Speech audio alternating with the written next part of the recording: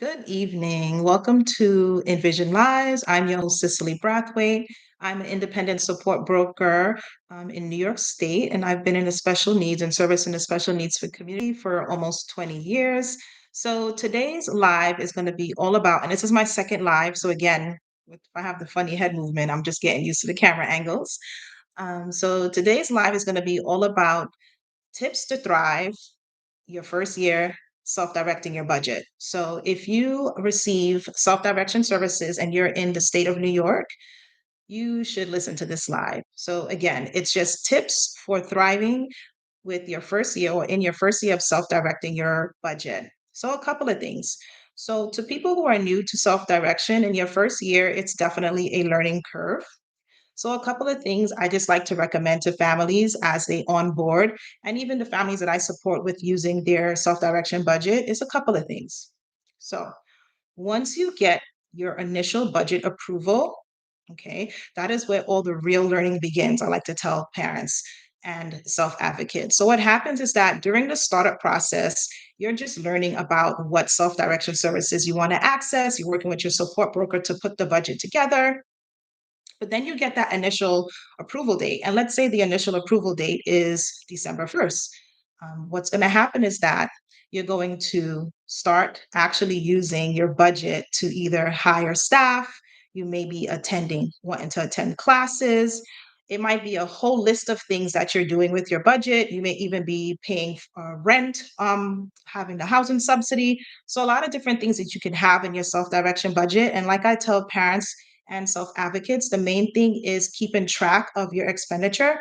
So you have a self direction broker, and sometimes you can have your self direction broker. It can be something that you agree to in a contract that they will monitor your expenditure report. So what is that? The expenditure report, you get it once every month, and it tracks the usage of your budget. So depending on what you have in the budget and how much your budget amount is, the PRA, personal resource amount, depending on how much that is, the expenditure report literally breaks down each line, how much money is allotted to each line in the budget, right? Depending on what you have in your budget. And then every month, how much money is spent.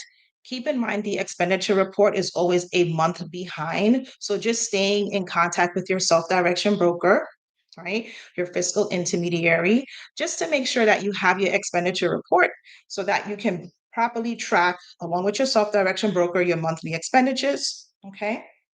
Another tip I like to tell parents and families, so it's going to be a second tip, is to have a printer, a scanner, and to be able to access a laptop, right? And even if you can't access a laptop, you have to have a device that you can actually look at documentation on, print things out, sign, and things of that nature.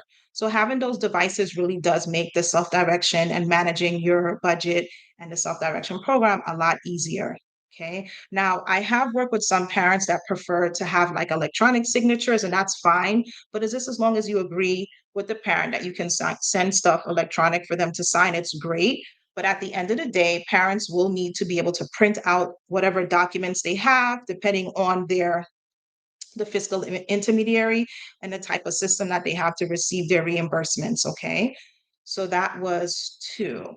Monitoring your, I'm sorry, the first one was monitoring your expenditure report, and two, being on top of all the breakdown and the usage and connecting with your broker and your fiscal intermediary if you don't receive the report in a timely manner. Okay. And also having access to the printer, scanner, and the being able to, a laptop, I'm sorry, to be able to access the documents, print things out, and do whatever it is you need to in order to submit your reimbursements, right? Okay, so those are some things I just went over, about 2 to 3 tips.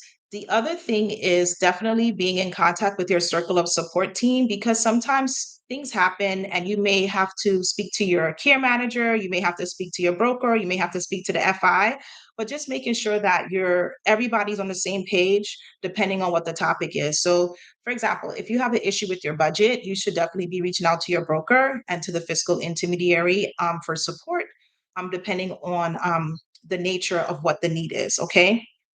The other thing is that when it comes to managing um, just all your documentation collectively, especially if you have staff, if you have the housing subsidy, if you have, like I said, the self-direction budget covers a lot of different things. So depending on what it is you have, I like to tell parents to just to keep track of everything, right? Making sure you're printing out all of your um, pre-approval. So fiscal intermediaries, they do approve classes.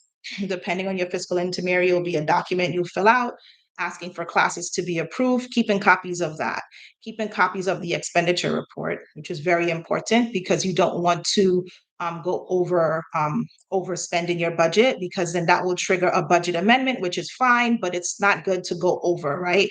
It's best to put money in a column if you need more money there versus it running out and then you have to rush to do an amendment, because what happens is that services for that particular line in the budget will be put on hold. So if you run out of staffing funds, guess what? Your staff cannot work until money is there and allotted to that line so that it can resume working with you or working with your child. So just keeping on top of that is really important in order to successfully manage your budget. So keeping track of those things. So I like to tell parents, right? Every month you get the expenditure, put it in a file. Put a file, create a folder on your desktop, even print it out and having hard copies of the pre-approvals of the self-direction budget, right? And just keeping those things in order so that when you need to access it, you can. Because again, the self direction program, if you're a self advocate, you are technically the supervisor of your program. You have to manage your staff, you have to use your budget, you have to complete the documentation, you have to submit for your reimbursements, right? And parents, you're the supervisor if you are electing to have a self direction budget for your child. Okay, so you are the supervisor, right? Those are the key things. So you are technically running a program. So keep that in mind. So documentation is everything. Also, speaking of documentation, just having and making sure you know when your life plan meeting is for your child and if you're self advocate for yourself, because knowing when you have your life plan meeting, you can prepare with your self direction broker and your care manager, your circle of support team, as to what type of goals, what type of classes you may want to, that may be of interest, and you might need justifications for those things. So just having those things on hand is great, and speaking with your circle of support team so you guys can work collectively to get the things in your life plan that you need to support your self-direction budget. So keep in mind, the self-direction budget is supported by your life plan. So you have to have your life plan meeting twice a year. You have your annual life plan meeting and then the semi-annual. And within those life plans, it supports whatever it is in your self-direction budget. Okay. Maybe I can dedicate one day and literally go through the budget and talk about all the different things that are in the budget line by line. And we can do that on a different day if people show interest. So just to go over, the self-direction budget year, the first year is a learning curve. Okay. You might not use everything in the budget for the first year, and it's okay, right? But just getting familiar with understanding like what the systems are and who put in your systems in place with the fiscal intermediary to submit your reimbursements, right? If you're going to look for staff, and that could be a hiccup too. Like finding staff can be difficult, and the fiscal intermediary typically does not help look for staff, but you can speak to your support broker like myself, and I help families screen staff. I don't hire them, but I do help families vet and screen staff to work for the community habilitation and the respite positions. Okay.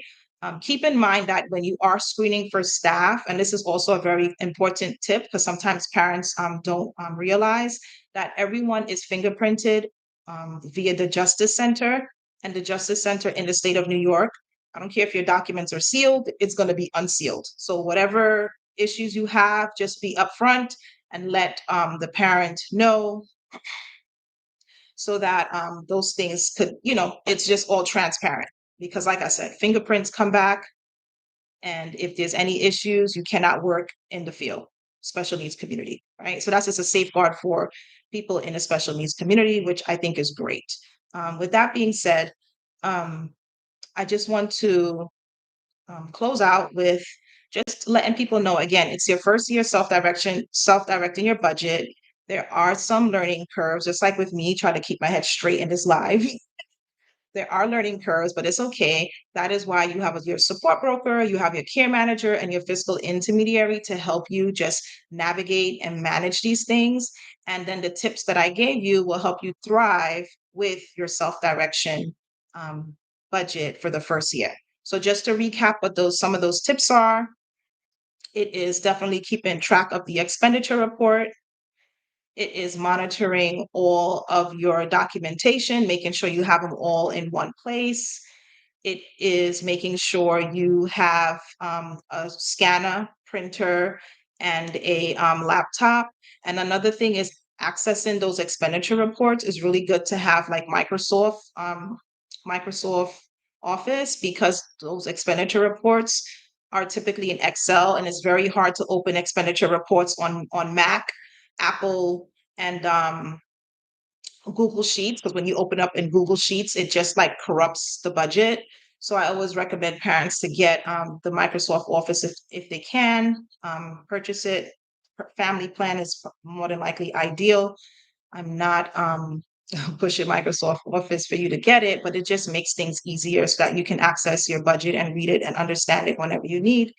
And you're going to want to make sure you have hard copies, digital copies of your documentation, showing your approval for self-direction, showing your pre-approvals for classes and things of that nature. Okay.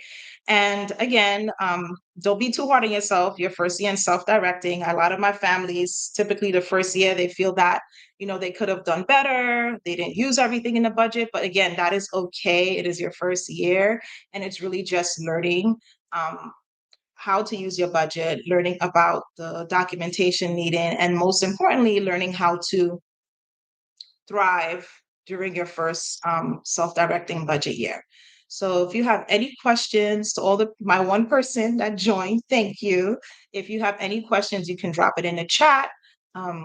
And thank you. Have a good evening.